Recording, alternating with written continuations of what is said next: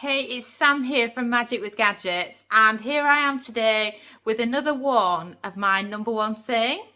I thought it'd be nice to do a series of 6 of them. I've already discussed a few of my different kitchen gadgets, but one that has escaped is the soup maker.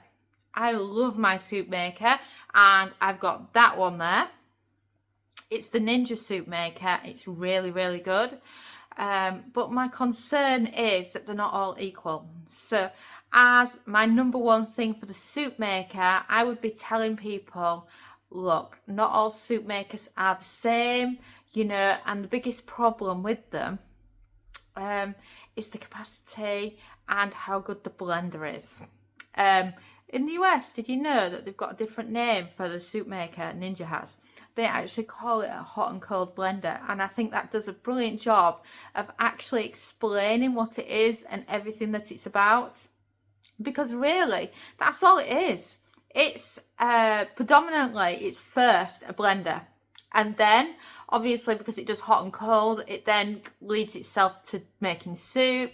For the cold element, it can do smoothies, and it does so many other things as well. But the thing in the UK is they have a lot of cheap soup makers. You literally get what you pay for. These are a lot cheaper than this one. And the blade on them is rubbish, so it's terrible for when you want to do a smooth soup. And they don't hold much capacity. So I often get asked what to do if you don't have this brand and you have another brand of soup maker. Then what I would suggest you do is you halve the amount of produce you put in it, because that one will hold a lot more. And then you always put the liquid in first if you're using one like the Morphy Richards one or such like, because then the liquid's at the bottom, so it's not likely to burn. Whilst with these big ones, because it blends as it goes, you don't have that problem. So I do highly recommend this one, but obviously it's not in all people's budgets. Just bear in mind that not all soup maker recipes are equal, and the number one thing to learn is that if you haven't got a soup maker this big, simply just go right down the middle, half the recipe, and you should be good to go. It just varies between soup maker to soup maker, but I do really like it, and I use it for everything. It's our house blender now. We don't have another blender at home, and we use this as our main blender. It's great for making a cheese sauce in, hidden vegetable sauces as well. Obviously your soup. I know a lot of people have done jam with it. I've not actually ventured into jam with mine yet, but I do want to. So, just think about it like that. I've even used it for making some breadcrumbs quickly, because it's got a really good blender on it. So if I've got some stale bread and I need breadcrumbs, that comes out.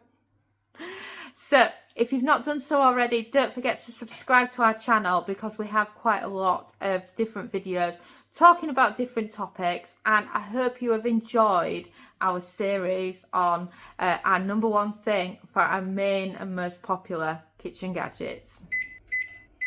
Thanks so much for listening, and you can find us on social media. We're on Facebook, Pinterest, TikTok, and of course Instagram.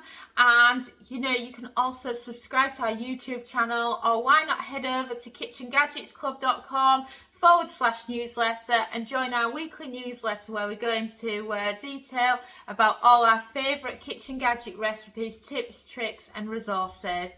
And a ciao for now.